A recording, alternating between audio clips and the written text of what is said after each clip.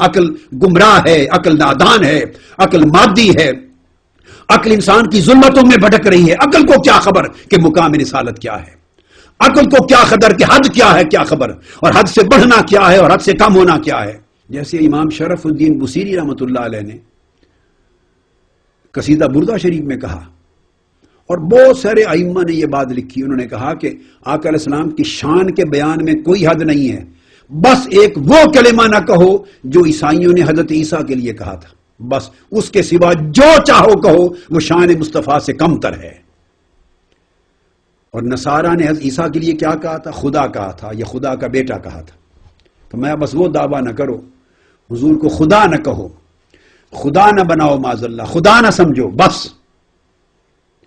اور ایک خدا نہ سمجھو، اور اس کے علاوہ جو دعویٰ کرو حضور کی شان سے کم تر ہے، شان اس سے بلند ہے.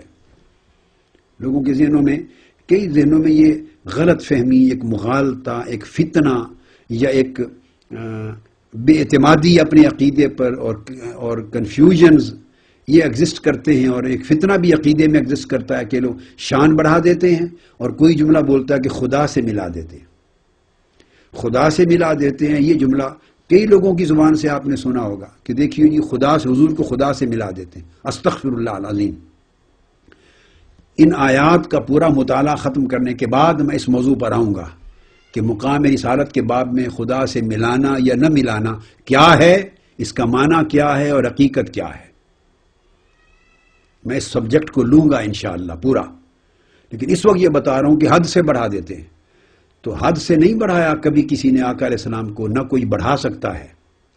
حد سے وہی بڑھائے گا جسے حد معلوم ہوگی، یا اس کو بڑھایا جا سکے گا جس کے لیے حد مقرر ہوگی. تو آپ اس حد کو کراس کریں گے تو حد سے بڑھ گئے. آقا علیہ السلام کی شان اقدس کے لیے کوئی حد نہیں ہے سوائے اس کے کہ نفی الوہیت ہے. حضور الہ نہیں ہے، حضور خدا نہیں ہے، حضور معبود نہیں ہے، خالق نہیں ہے کائنات کے، اور عبادت کے حقدار نہیں ہیں. بس حضور خدا اور خدائی حضور میں نہیں ہے، الہ اور الوہیت نہیں ہے، معبود اور معبودیت نہیں ہے، خالق و خالقیت نہیں ہے. لا الہ الا اللہ، اللہ صرف ایک ہے. بس اللہ نہیں ہے اس کی نفی ہے، اور اللہ کے خواص جو الوہیت میں آتے ہیں، معبودیت میں آتے ہیں، وہ نہیں ہے، ربوبیت میں آتے ہیں. تو بس اس ایک امر کی نفی ہے.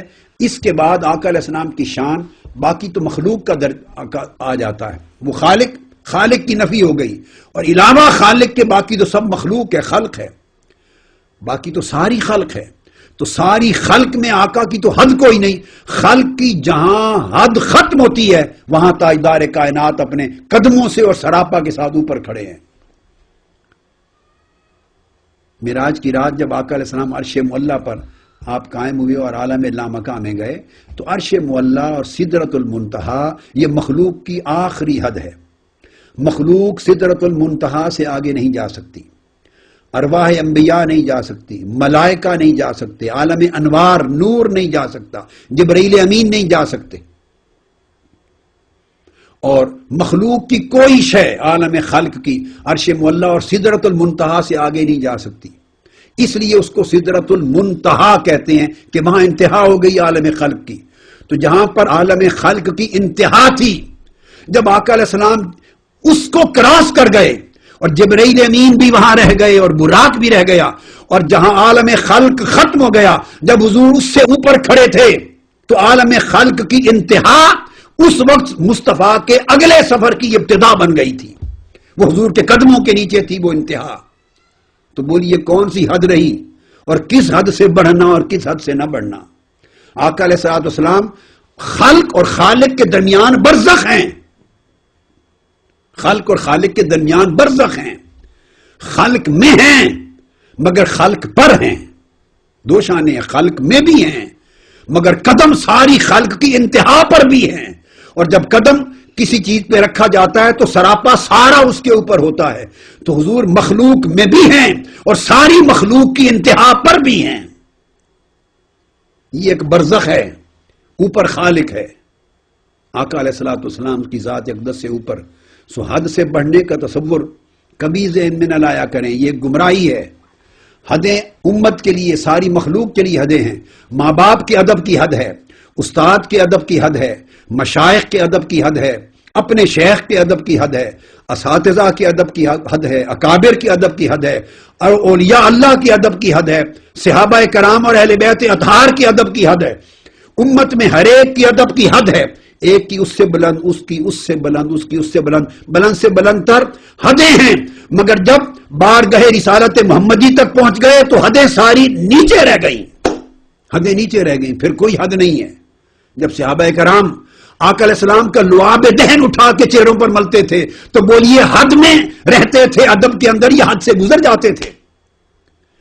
جب آقا علیہ السلام کی ناک مبارک سے نکلنے ہوئی رطوبت کو چہروں پر ملتے تھے صحابہ کرام، ابو بکر صدیق، عمر فاروق، علی شیر خدا اور 1500 صحابہ حدیبیہ کے میدان میں آقا علیہ السلام کی بینی مبارک کی رطوبت کو، زبان اقدس سے نکلنے والے لعاب دہن کو جب چہروں پر ملتے، ہاتھوں پر ملتے اور ایک دوسرے کی ہاتھوں پر ہاتھ رگڑ کر چہروں پر ملتے، تو سوال یہ میں کرتا ہوں کہ کیا یہ ادب حد کے اندر تھا یا حد سے گزر گیا تھا؟ جب آقا علیہ السلام کے جن جگہوں پر قدم لگتے جو آپ کے مساکن ہوتے وہاں صحابہ رہتے، حجامت کرواتے تو بال اٹھا لیتے، وضو کراتے تو ایک قطرہ زمین پر پانی کا گرنے نہ دیتے، حجامت کا ایک منہ مبارک گرنے نہ دیتے، تو یہ سارے ادب تھے کسی اور کے لیے؟ یہ سب ادب تاجدار کائنات کے لیے جو اللہ نے رکھوائے، تو یہ حد کے اندر ہیں، یہ حد سے بڑھ کر ہیں۔ اور پھر حالت نماز میں جب تاجدار کائنات کا پردہ اٹھا در اقدس کا، تو صحابہ کرام قبلے کی سمت بھول گئے اور چہرے موڑ کر چہرے مصطفیٰ کی طرف کر لیے۔ نماز کی حالت ہے، صدیق اکبر جماعت کرا رہے ہیں، کعبہ اس طرف ہے، صحابہ چہرے موڑ کر ادھر تک رہے ہیں چہرے مصطفیٰ کو، بولی ابھی بھی حد کے اندر رہ گئے یا حد سے بڑھ گئے؟ حد تو یہ تھی کہ چہرے کعبے کی طرف رہیں چونکہ اللہ کی عبادت ہو رہی ہے، نماز ہو رہی ہے۔ حد یہ تھی کہ چہرے قبلہ سے نہ مڑے، متوجہن الی جہت الکعبۃ الشریفہ، یہ نیت ہوتی۔ اور نماز ٹوٹتی کیسے ہے؟ نماز توڑنے کے لیے کوئی مکہ بازی نہیں کرتے، آپ کسی کو دھکا نہیں دیتے، کلام بھی نہیں، صرف دائیں اور بائیں چہرہ پھیر لیتے ہیں۔ قبلہ رخ جب تک رہے اور ادا کرتے رہے ارکان، نماز رہی۔ جب چہرہ پھر گیا دائیں یا بائیں، بس چہرہ پھر گیا قبلے سے ہٹ گیا تو نماز ٹوٹ گئی۔ اس کو خروج عن الصلاۃ کہتے ہیں۔ آپ نماز سے نکل گئے، السلام علیکم ورحمۃ اللہ، السلام علیکم ورحمۃ اللہ، نماز سے نکل گئے۔ تو حد تو یہ ہے کہ چہرہ کعبے کی سمت سے دائیں بائیں نہ پھرے، یہ حد ہے۔ اور صحیح بخاری اور مسلم کی متفق علیہ حدیث میں جب کل صحابہ پردہ اٹھتے ہی قبلے کی سمت کو چھوڑ کر چہرے مصطفیٰ کو بائیں جانب تکنے لگ گئے، تو بولیے حد رہی یا حد نہ رہی؟ یہ کیسی سوچ ہے کہ حد سے نکل جاتے ہیں؟ اور پڑھیے وہ صحیح بخاری اور مسلم کو، ہم نے پڑھ کے نہیں دیکھا۔ جب قبیلہ بنی عمرو بن عوف کی صلح کرا کے آقا لوٹے اور سیدنا صدیق اکبر جماعت کرا رہے تھے، عصر کی نماز تھی اور نماز کے دوران نماز جاری تھی، آقا علیہ السلام آئے تو چاہتے تو آخری صف میں کھڑے ہو جاتے، امت کو سنت دینی تھی نا کہ اینڈ پر جو نمازی آئے وہ کہاں کھڑا ہوتا ہے؟ آخری صف کو جوائن کرتا ہے یا صفیں چیر کر پہلی صف پر جاتا ہے؟ حد کیا ہے؟ حد کیا ہے؟ جب نماز جاری ہو، جماعت ہو رہی ہو اور نمازی آپ لوگ پہنچتے ہیں تو نماز کے لیے حد کیا ہے نمازی کی؟ کہ آخری صف میں جوائن کرتا ہے یا صفوں کو چیرنے کی اجازت ہے؟ آخری صف میں جوائن کرتا ہے، یہ حد ہے۔ لیکن کسی عالم دین سے پوچھئے کہ کیا یہ بخاری مسلم کی متفق علیہ حدیث ہے یا نہیں؟ متفق علیہ، جس کا کوئی انکار بھی نہیں کر سکتا۔ حد سمجھا رہا ہوں، حد تو یہ ہے کہ آخری صف میں جوائن کر لیتے۔